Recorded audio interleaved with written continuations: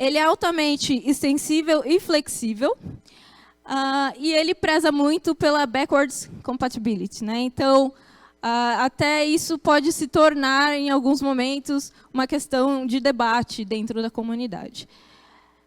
Como oportunidade nesse quesito, a gente pode pensar que a curva de aprendizado do WordPress é muito suave se comparada a outras plataformas, outros frameworks.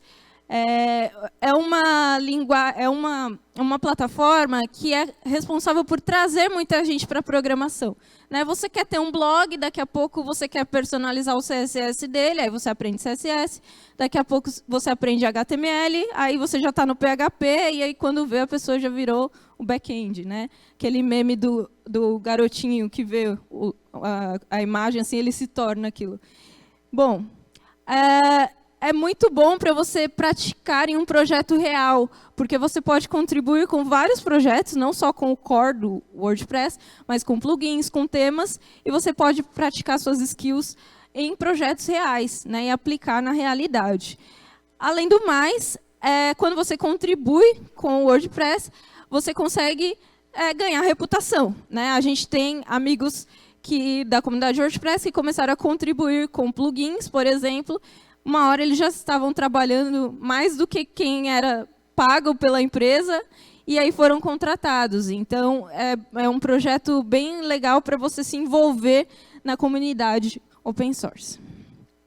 Como desafio, a gente pode pensar que o desenvolvimento dele, do core, pode ser um pouco lento às vezes, devido à dimensão do projeto. Né? Muita gente diz que o WordPress não evoluiu ou não evolui tanto quanto deveria. Né? Alguém já sentiu isso? Que o WordPress poderia já estar em outros estágios e ainda não chegou lá. A gente que utiliza no dia a dia sente bastante isso. Existem várias conversas nesse sentido e as coisas estão avançando, né? Mas poderia ser mais rápido. As plataformas concorrentes não abertas também podem ser um desafio. Né? Uns anos atrás, todo mundo resolveu criar um blog no Medium. Né? Quem tem blog no Medium aí? Não. Bom, as empresas, principalmente, resolveram criar o blog lá. E aí, o que aconteceu? O Medium colocou o paywall e agora está todo mundo tentando voltar para ter o seu próprio blog. E o WordPress continua lá, sendo essa plataforma que as pessoas recorrem nesses momentos. Né? Bom, o WordPress ganhou um recurso que fez a mudança dele de plataforma de blog para CMS, que foram os post types. Né? Quando o WordPress ganhou esse recurso de você poder criar diversos tipos de conteúdo, além de posts do blog, páginas estáticas, aí ele realmente permitiu uma grande gama de projetos serem feitos, né, na plataforma. Então, por exemplo, eu tenho aqui os posts e páginas, mas se eu quiser, no meu site, eu posso ter também um post type de serviços, um post type de produtos, e transformar isso num e-commerce, ou um portfólio com projetos, ou eu quero ter a área de receitas, onde eu vou compartilhar as comidinhas que eu gosto de fazer. Então, tudo isso permite que você tenha um sistema que se adequa e que seja flexível para o tipo de conteúdo que você tem. Em conjunto com os post types, nós temos as taxonomias, que servem para organizar esses post types. Né? Então, por exemplo, na área de receitas do meu site, eu tenho a taxonomia tipo de prato, e eu tenho o termo, dentro dessa taxonomia, sobremesa, vegetariano, prato principal, massas, e eu coloco, né, os posts individuais, né, dentro desses termos, e aí eu consigo organizar e criar arquivos, listagens, consultas separadas por essas taxonomias. Então, isso foi o que tornou o WordPress uma plataforma muito versátil e fez ele ser adotado em grande volume. Né? Então, isso foi um ponto que mudou ali a evolução do WordPress. Essa interface amigável também, como eu comentei, ajudou bastante, porque o desenvolvedor cria o site e entrega na mão do cliente, que não vai precisar ficar pedindo ajuda de alguém, né? Sempre que precisar colocar um conteúdo. Mas, por outro lado, né, como tudo na vida, tem alguns problemas. Muita gente reclama da falta de padrões, das inconsistências, como, por exemplo, o fato do WordPress não usar MVC, né? Então, ele usa um padrão totalmente próprio dele, o que pode ser um pouco bagunçado, né? Dependendo da complexidade do projeto, de quem mexeu e etc. Bom, os plugins. O legal do WordPress é que ele consegue isolar, né? E permitir que você tenha uma facilidade de estender o core, sendo que você não mexa no código dele e não altere, né, esse código que é o core dele. Então, através dos plugins, nós fazemos isso. A Plugin API, né, ou API de plugins, ela é uma arquitetura baseada em eventos, não é aquela da palestra do Evandro, né, que toda complexa, ela é bem mais simples, ela não é assíncrona, ela é síncrona. Como que ela funciona? De uma forma bem simples. Ela tem os hooks, que são, de certa forma, os eventos, né? E eles vão acontecendo. Chega uma hora que para em determinado ponto, e ele chama hook porque ele é um gancho. Você pode pendurar funções nesses ganchos. Então, ele parou aqui no segundo ponto, e eu posso pendurar uma action ou um filter, e aí, depois ele prossegue. Aí ele continua aqui, para de novo, eu penduro mais um. A action, basicamente, é adicionar um conteúdo. O filter, basicamente, é modificar um conteúdo que já existe. Através disso, a gente consegue criar diversas funcionalidades dentro do WordPress, sem precisar mexer no core, com um código mais simplificado. Então, isso foi também uma coisa que permitiu a grande evolução do WordPress. Então, a gente consegue ter o recurso de ativar e desativar funcionalidades sem precisar de grandes mudanças, até simplesmente através da interface. Modularização, compartilhamento. Eu posso fazer um código, um plugin, e compartilhar com outra pessoa, como acontece bastante, né? Hoje a gente tem no repositório oficial mais de 55 mil plugins gratuitos, das mais diversas funcionalidades, fora os plugins pagos e em outros sites por aí, né? Bom, um problema que pode acontecer é a imprevisibilidade, né? Muita gente já se deparou com esse problema de pegar um site WordPress que tem vários plugins instalados, você não sabe de onde veio, quem instalou não é um usuário técnico, e aí você não sabe muito bem o que cada um está fazendo, quais são os conflitos. Então, isso pode acontecer sim, é um desafio resolver isso, né? Outra coisa é a caixa preta, né? Apesar do código ser aberto, você tem que ir lá estudar aquele código para ler realmente o código para entender o que ele está fazendo, né? Não basta só baixar e instalar o plugin. E outra, você sempre pode ter a questão de diversidade de códigos, padrões e abordagens. E aí você está lendo um que foi feito em MVC, outro que não foi, outro que está usando a orientação objeto, outro não. Então, tudo isso é bastante complexo para se lidar, mas é possível. O Gutenberg, alguém já ouviu falar do Gutenberg? Sim. O Gutenberg é o projeto do novo editor do WordPress, que foi iniciado lá em 2017 e foi entregue no fim do ano passado, em dezembro. E é basicamente isso aqui. Quem já usou o Medium já está mais familiarizado, né? Já estava mais familiarizado com esse tipo de edição, mas ele é um editor baseado em blocos, né? Tudo é um bloco, um parágrafo é um bloco, uma imagem é um bloco, e você vai usando isso para construir o seu layout. Ele foi desenvolvido com React, e isso deu uma treta maligna dentro da comunidade WordPress, né? Então, vamos falar sobre a treta, que eu sei que vocês gostam, né? De saber da treta. Vamos saber da treta.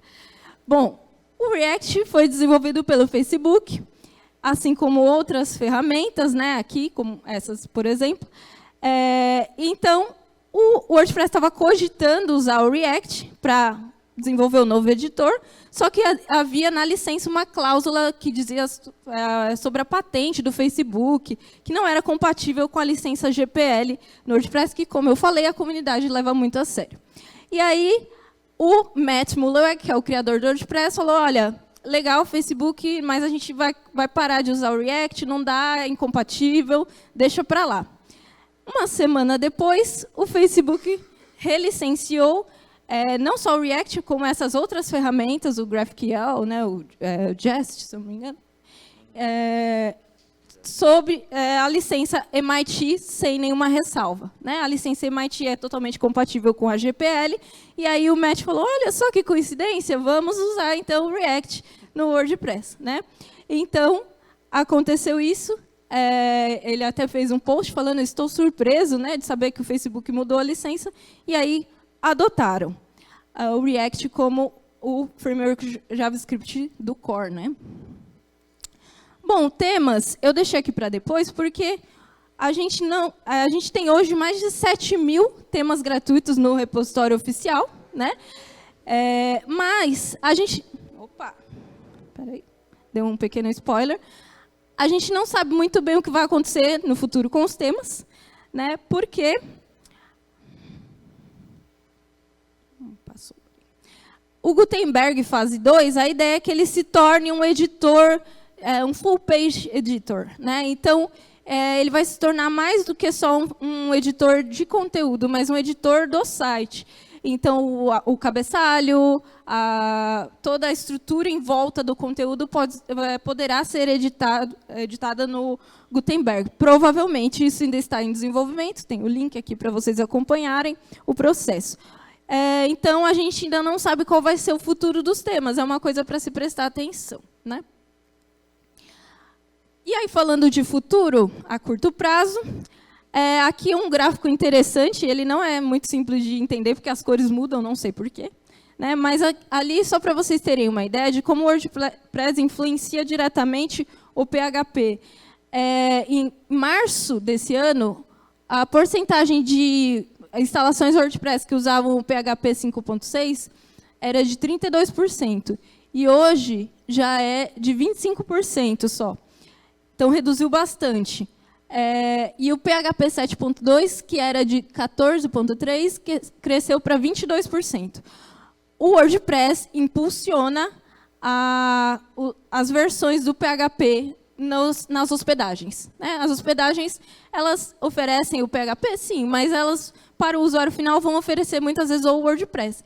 E aí, quando ele mudou a versão mínima ali, teve essa grande influência. Como o WordPress tem uma grande preocupação com backwards compatibility, eles demoram muito para mudar isso, mas agora está indo um pouco mais rápido. Então, isso influencia muito. Né? A partir de agora, eles vão mudar com mais frequência. E hoje, também, o WordPress está se tornando mais aberto a integrar com outras plataformas. Né? Por exemplo, a questão dos geradores de site estático está sendo muito debatida, do headless, né, WordPress, você usar com Vue, com React, com Angular, o próprio GraphQL, PWA, AMP, a REST API, até o Composer está sendo discutido de ser incorporado ao WordPress, que é uma coisa que eles tinham assim, uma certa distância, e o próprio Laravel também está cada vez mais ganhando espaço dentro do ecossistema WordPress. E aí, no futuro, nós teremos esses ciclos mais rápidos de desenvolvimento, é uma oportunidade para quem estava pensando, putz, o WordPress está ficando para trás. A adesão de novas tecnologias, a modernização do código, tão sonhada por nós que vivemos com isso todo dia, acreditem. Vai acontecer, eu tenho fé. Mas, por outro lado, o PHP pode ser que não seja mais suficiente para o desenvolvimento WordPress. Né? Hoje já está se tornando dividido ali com o JavaScript. Né? Mas o JavaScript não vai substituir o PHP. Né? Não há perspectiva disso. Quebras de compatibilidade podem acontecer, já que a evolução está sendo mais rápida. E os desenvolvedores e as hospedagens, os hosts e tudo mais, serviços terão que se atualizar para acompanhar. E, por último, aqui, a questão da comunidade. Aqui são os meetups na plataforma do meetup.com sobre o WordPress. Tem uma boa quantidade no Brasil, principalmente aqui, né, no São Paulo, Sudeste. E, assim, oportunidades de trabalho dentro do WordPress, principalmente trabalho remoto, estão surgindo muitas, não tem gente qualificada o suficiente, o salário tá bom, viu? Fica a dica. Principalmente para quem vai trabalhar, brasileiro que mora aqui, trabalha lá para fora e ganha em euros e dólares. Viu? E a colaboração que isso gera, a gente tem uma vasta quantidade de conteúdo produzido pela comunidade, a gente tem o fórum, a gente tem tudo que a gente pode oferecer de suporte. As pessoas são muito abertas a ajudar e a responder.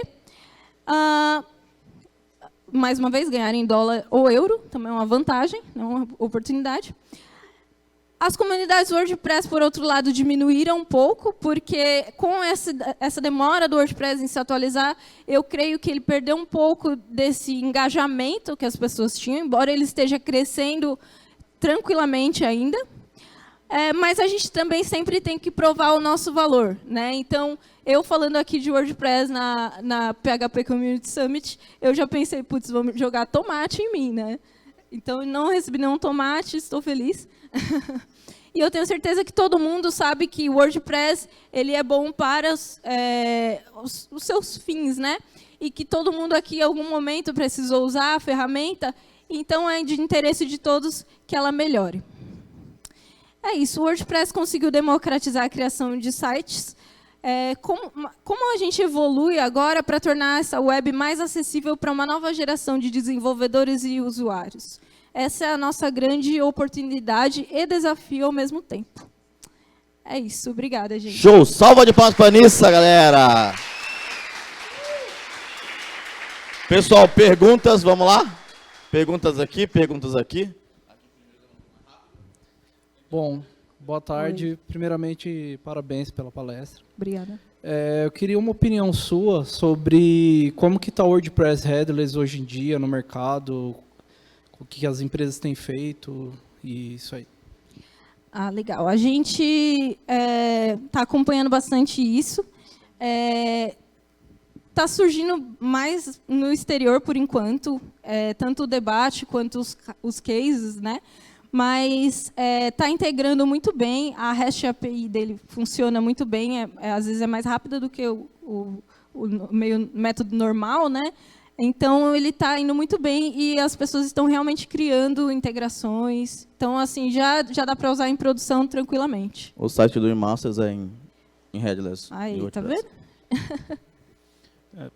Parabéns pela palestra. É muito importante ter conteúdo como esse, né, dentro do ecossistema PHP, a gente tem muitas ferramentas, Drupal, WordPress, e elas fazem parte e ajudou o PHP a estar onde está. Então, agradeço muito ao WordPress e à comunidade. Só que, como você disse, né, a comunidade de software evoluiu e a forma com que se faz software e que se produz conteúdo mudou um pouquinho. Hoje eu vejo muita gente utilizando ferramentas estáticas de site, tá, e outras ferramentas como Ghost, como Gatsby, para poder criar conteúdo. Eu queria saber como o WordPress ele lida com esse tipo de concorrência, se essa concorrência de fato mexe com a parte do mercado do WordPress e como que ele está vislumbrando o futuro para bater de frente com essas tecnologias. Boa pergunta. O WordPress ele está, como eu falei, em questão de mercado, ele está em crescimento, mas a própria comunidade sabe que, primeiro, que não é uma competição, segundo, que a gente tem que procurar se atualizar por se atualizar, não por competir, né, e tudo mais. Então, a gente está assim de olho e está querendo sempre modernizar e facilitar os processos de desenvolvimento e a qualidade do produto que a gente entrega. Então, eu acho bem legal que existe até uma colaboração. Por exemplo, o Gutenberg, o Drupal adotou. Então, existe uma colaboração muito próxima da comunidade WordPress com Drupal, né? E outros CMS também. Então, eu acho legal e eu acho que esse é o futuro da gente procurar soluções conjuntas, porque muitos dos problemas são compartilhados, e eu acho que isso vai acontecer, sim. Gostaria de saber onde conseguiria esse serviço que você falou que paga em dólar, que paga em euro, onde a gente acha? Tem vários. As empresas que atuam com WordPress, vou fazer até propaganda gratuita aqui. A própria Automatic, que é a empresa do criador do WordPress, tem vagas abertas e é em dólar, então aproveita. A Tenap, a Modern Tribe, a Human Made, sempre estão procurando, então depois eu posso tweetar algumas coisas lá. Mais alguma pergunta, pessoal? Tá. Aí falou para você falar sobre o WordCamp. Você acabou de falar. Beleza. Bom, então, aproveitar para convidar vocês. A gente organiza a conferência oficial de WordPress, que vai acontecer agora no dia 5 de outubro, ou seja, sábado que vem. O evento vai ter mais de 30 palestras, workshops, incluindo para crianças. Tem muita coisa sobre React, sobre Vue também, tem sobre Headless, tem sobre tudo. O evento custa R$60, você ganha acesso, né? Camiseta, almoço, after party, brindes e mais um monte de coisa. Então, quem quiser mais informações pode falar comigo, com o Alisson, com o Fernando que estão ali. E é isso, gente. Apareçam. O site é saopaulo.wordcamp.org. Show. Salva de papanista, pessoal. Muito bom. Brigadaço. Vamos lá. Já trocar os rolês aqui. E agora a gente vai sair de WordPress para Laravel. Aí sim, hein? Salva de palmas para o Eric, que vai falar aqui sobre o ecossistema Laravel pra gente.